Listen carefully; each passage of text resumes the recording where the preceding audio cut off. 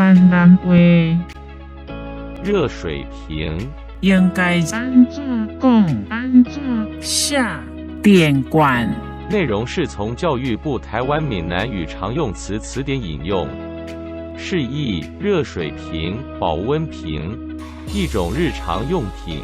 外壳通常以铁皮或塑料等做成，内装平胆。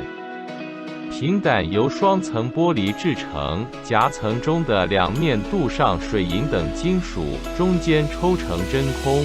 瓶口有塞子，可在较长时间内保持瓶内温度。请支持我，点击 subscribe， 然后再单击小铃铛，也不要忘了转发给您的朋友圈。谢谢，请点击下面观看同一系列的影片。